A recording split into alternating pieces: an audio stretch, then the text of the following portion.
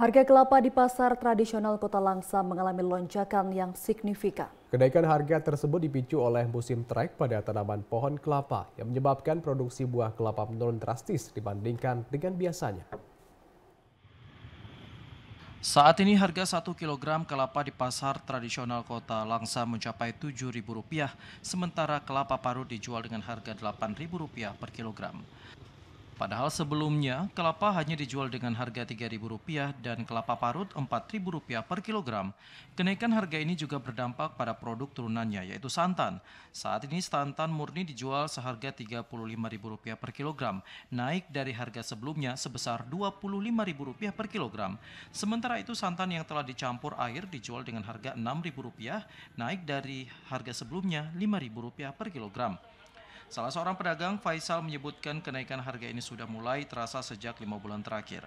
Harga kelapa yang meningkat dari pemasok memaksa pedagang mengurangi jumlah pembelian kelapa. Itu nggak ukur, berarti ukur 8.000 berarti. Ya kelapa santannya itu sekilo 6.000 karena kelapanya kan naik. Sudah 5 bulan karena buahnya lagi keren, sedikit buahnya. Belinya sama aja, cuma dikurangi aja. Sementara itu pedagang lainnya, Ruslan Yakub, menambahkan musim trek pada kelapa yang sedang berlangsung menyebabkan produksi kelapa menurun. Selain itu banyak warga memilih tidak menjual kelapanya dan lebih memanfaatkannya untuk konsumsi pribadi. Mungkin faktornya karena buah sekarang itu lagi trek ya, trek. Itu kan kalau di Aceh umumnya kan kalau bulan Maulid banyak masyarakat nggak jual kelapa. Kalau bulan Maulid ini kan untuk pakai sendiri. Meskipun harga kelapa dan santan melonjak, permintaan kelapa dan santan masih stabil.